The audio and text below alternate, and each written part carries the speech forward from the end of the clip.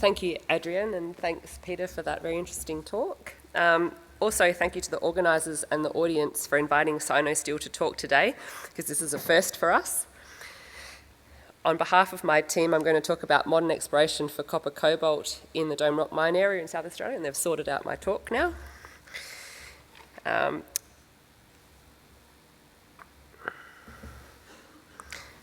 So this presentation will cover a quick company overview, then the regional geological potential and our exploration strategies. Then we'll talk specifically about the company's Dome Rock project and how we're exploring in the area. A quick Sinosteel intro, as we're not easy to dig up information on. The South Australian arm was founded in 2007. They commenced a JV with Pepinini as SPCM to work on the Crocker Well uranium project, which they bought in 2014. There were minimal activities between 2015 and 2020 with a shift from uranium to magnetite iron. And our main magnetite focus now is at Billaroo Iron Project, which is progressing towards a mining application. However, we're not talking about that today. We're instead going to talk about our base metal targets. In 2020, we assembled a new exploration team, which now consists of 3 geologists, Guan, myself, and Charlie.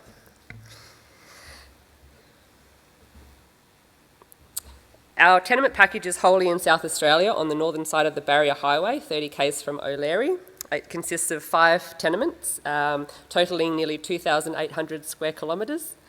The tenure is on Norntak land, which is a corporation of 3 overlapping Aboriginal groups, the Ngadjuri, the Adnyamathanha and the Willikali, and we value and respect their input. The tenure intersects also the Bimbarri Conservation Park and the Bulkamata Private Reserve, as you can see in green there.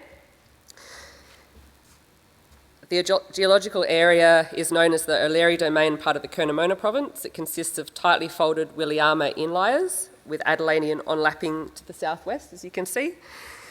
The Mesoproterozoic metasediments lie adjacent to majority Bimbarri sweet granites, and as with many Australian areas, at least 50% of the rocks in the area lie under cover. This is the regional mag, and overlain are the mineral occurrences in the area. You can see iron in red scattered about. You can see the gold in yellow, mostly to the south in the alluvial deposits.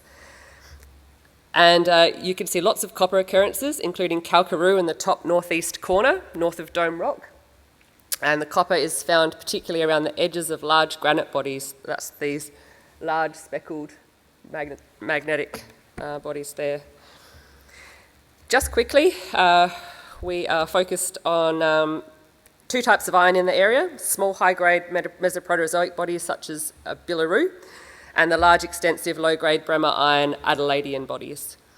And the fun stuff, we've also begun to focus on base and precious metals with our most significant prospects on our historic Calaboddie tenement. Our methodology has to consider the challenges of depth of cover issues and also keeping things low impact due to working in conservation parks and reserves. And generally sensitive arid landscapes such as the photos above. So you can see there, these areas may seem perfect to get about in, but the salt bush is slow to regenerate, and after vehicle access and tracks, the tracks can remain for decades. So we try to use very low impact methods initially, such as geophysics, and in particular the airborne surveys and also remodelling old data. We also use drones to survey the area for imagery and DTMs, and we use surface sampling including the traditional soils, streams and rock chips, and we used biogeochemistry.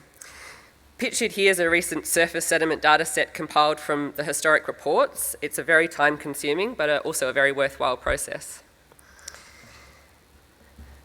Jumping to our Calaboddie tenement now. So the Dome Rock project there on the right. Dome Rock is a historic copper working situated south of Kalkaroo on the Bulkamata station. It's a Bush Heritage Australia private reserve that we're on. The project is 450 k's from Adelaide on the northern side of the Barrier Highway, and it's a 100-year-old historic copper working. It's very well known for a suite of unusual copper, cobalt, arsenate minerals, with 58 individual minerals registered on MINDAT. You can see a few in the photos there. So, There's not much more outcrop and subcrop than you can see on the basement geology on the Collaborative 100K sheet, so we've got a lot of cover. The cover's extensive, but it's shallow with plenty of subcrop and scree, as seen in the photo. There are nearly 300 holes already drilled just in the area, as you can see on the map below, but most are shallow RAB and air core lines with limited deeper RC and diamond. Some history. The Dome Rock copper mine was opened in 1918 and worked intermittently due to low copper prices and periods of drought. The mine consisted of 3 main shafts, the Day, the Meehan and the Crawford, and a series of surface pits and trenches. From opening until 1940, it produced a total of 126 tonne of copper, averaging 20% copper in the oxide ore. Pretty hard work. The shafts were terminated where they intercepted pegmatitic granites or where the supergene zone ran out. Miners concluded that the mineralisation was hypergene origin related to intruding granites and occurs as replacement to particular beds, i.e. strata bound, which we now note is similar to Kalkaroo to the northeast. As you can see from the list, the historical exploration involved a heap of the usual suspects, e.g. CC and CRA. Pepinini did minimal work, including some drilling of the Dome Rock North area, and the Calabrity tenement has not changed shape since the 60s. Now, on to Sinosteel's work. In overview, since the new team was put together in 2020, we've targeted prospects with the following work. We've started with database consolidation. We had multiple data sets to validate and merge and plenty of historical data to input. And validating historical drill holes, including collar locations, which could have been up as much as a K out in examples, and then inspecting any core present in the core library. Lots of geophysics, including remodelling, and some new surveys, which we'll talk about next, and some modern geochemistry, which we'll also discuss, and then some drone surveying, geological and regolith mapping, and finally, in the last 2 years, some drilling. That's the GMP multi-purpose track-mounted rig we had out at Dome Rock this year. Geophysics. So the geophysics completed has included remodelling the mag and gravity to produce better images. You can see the regional mag image to the left with an improvement in the thinly covered low response Strathern sequence by reprocessing the data on the right. That interesting feature in the middle there we'll come to later. We also input scanned 60s and 70s IP data from the envelopes, and amazingly we produced quite adequate models and inversions from some pretty dodgy looking scans. We have David McGuinness from Montana GIS to thank for all our excellent geophysical models, and due to the success with the historical IP, we've recently undertaken more IP lines, some fixed loop EM lines and some downhole EM on the recently drilled holes. Onto the biogeochem. So in 2022, we carried out an extensive series of biogeochem surveys under an ADI grant. With biogeochem surveys, it's not advisable to just go out and start sampling plants at random. You need to understand the environment you're targeting, the species being sampled, the regolith origins, i.e. transported versus in situ, and the depth of cover. We collected vegetation as shown in these pictures. From the widely distributed pearl and black blue bushes and bladder saltbush, we prioritised the species, and the blue bush was the primary target due to its age and its deep taproots. That sounds quite complicated, right? So why not just use soils?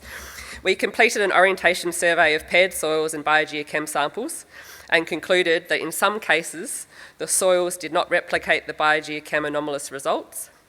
A Uni of Adelaide collaboration confirmed via isotopes that the plants were drawing from depth. And in all cases, it took 3 times longer to sample the soils correctly, and yes, we did have a race. And soil sampling does disturb the surface. So a disturbance in the top 30 centimetres may not seem significant right now, but that may become more regulated in the future. The biogeochem results were excellent at Dome Rock due to the shallow regolith cover and the good blue bush distribution. We played around with the data and found that levelling it with a FATS index, which is an aluminium, iron, thorium, zircon index recommended by the geochemistry community to normalise out the dust contamination, helped the copper results greatly. Here are the copper contours laid over the reinterpreted mag on the left and gravity on the right. Aside from copper clearly defining the disturbed areas, such as the Dome Rock mine, there, and the Dome Rock North area, you can also see some distinct anomalies away from the potential surface contamination of mining activities. So, then we popped out in our spare time, whatever that is, to do some ground truthing of the anomalies. The anomalies in the northeastern low mag zone were confirmed to be under cover, so that's this area here.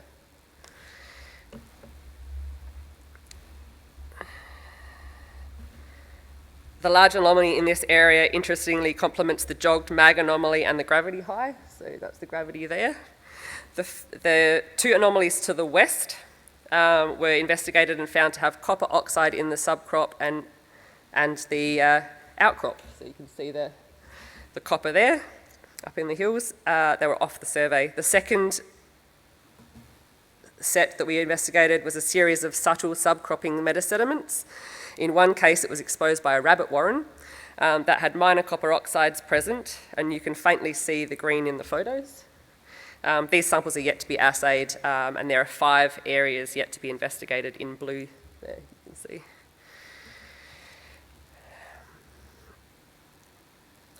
So on to drilling. We have drilled 19 diamond and RC holes in the last 2 years. They were targeted using the geophysical models, including the mag, gravity, some IP and EM, along with historical drilling results. Not the biogeochem yet, because we're still in those contaminated areas. We targeted using geophysical the maximum hole depths are up to 750 metres, with holes averaging 275. The oxidised zone and potential supergene zones average 85 metres at the mine and around 50 metres at Dome Rock North, which is that northern section. Assays. So at Dome Rock North, the sulphides are majority massive pyrite and pyrrhotite, with copper to 1% and cobalt to 0.2 and sulphur to 33%, and some trace moly up to 0.1. As we travel south, we start to also see some zinc sulphides. That was just a new feature for this year.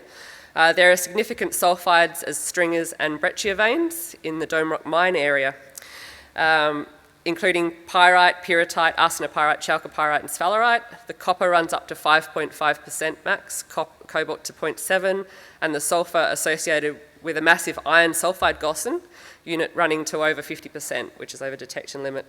The mineralisation seems to be zoned with distinct patches of arsenopyrite, likely containing cobalt, and some very hard to spot patchy zinc to 0.3%. You can see up there, there's a pretty good intercept to the south of Dome Rock Mine there, 51 metres at 1% copper. Interp. So Dome Rock mine drilling has been slowly tracking from the mine area to the south, i.e. towards us here. The modelling of the horizons match historical detailed surface geology maps. You can see the overlain there. There's a distinctive unit above the main mineralised horizon, and that unit's the one in red. It's historically been interpreted as the Bimba, and it's thought to define a synform with the mine on the western limb. It's gossinous to plus 100 metres depth and seems to be a massive pyrite unit where it's less oxidised. You can see in the photos there. The main mineralised horizon at the mine consists of stringers of sulphides, you can see there, developing into breccia zones at depth. And it's in a banded calc-silicate and pyrrhitic zone. Underneath the main copper zone lies a distinctive pyrrhitic shale with schiastolitic andalusites, which the area is famous for. There's andalusites there. As mentioned earlier, there are zone stringers of pyrite, arsenopyrite, and here's the arseno, and sphalerite at depth. I'd show you an example of the sphalerite, but if it wasn't for our PXRF, we would have missed it. It seems to form dark rims around the common pyrrhitic stringers and doesn't photograph well. The cobalt is strongly associated with and likely hosted in the arsenopyrite, unlike other cobalt deposits in the region. The mineralisation is open to the south. We were concerned by interpreted kink in the surface geology. You can see that just up in, we've got a kink in the surface geology there, and a less successful drill hole in the area that we were going to run off target, so we completed an FLEM survey to constrain the drill hole targets for 2025. Dome Rock North, calc-silicates. We Drilling so far hasn't intersected copper of the same quality as near the mine, mostly massive pyrite and pyrrhotite in a unit of strongly altered calcsilicates, trending towards the skarn metasoma intensity. The drilling is open to the north, you can see up here, with a significant east-west trending fault has been interpreted along a creek line, and we were impressed with how well the pyrrhotite zones fit the EM plate models there. If there are any better copper, cobalt or zinc regions, they may be masked by the intensity of the pyrrhotite. Now just quickly... Ooh. Now I've gone too far. How do I go back? Sorry about that, guys. All right, so next steps for Dome Rock in no particular order is to complete some biogeochem and grid expansion, and also use the ground truth anomalous areas in 25 as we move away from the mine. We'll do some more fixed loop EM and IP at least over the northeast dull zone that I've got pointed there, and down in the southwest. We'll continue with our drilling plan next year after heritage clearance, particularly in the south over the new EM and potentially onto a few newer areas. And at the same time, we'll expand the use of these low-impact, comparatively cheap and fast-paced techniques to our other prospects throughout our tenement. As you can see, we have a busy future in the area with lots of potential. Thank you. Thank you, everyone.